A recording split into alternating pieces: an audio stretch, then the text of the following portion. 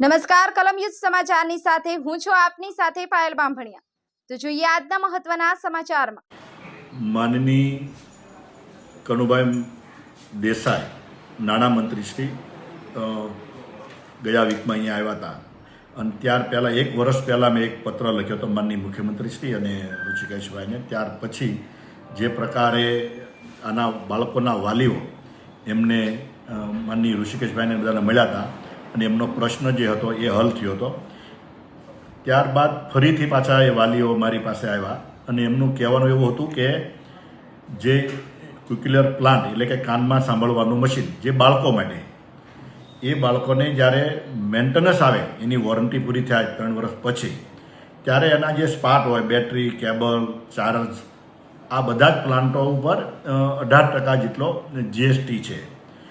જો એમાંથી રાહત કરવામાં આવે કારણ કે આ બાળકો માટે છે ને અને ખાસ ગણીએ તો એમાં મોટાભાગના ગરીબ બાળકો હોય છે અને ગુજરાતભરના બાળકો માટેનો આ પ્રશ્ન છે અને એ મારા ધ્યાને આવતા મને એમની રજૂઆત યોગ્ય લાગી।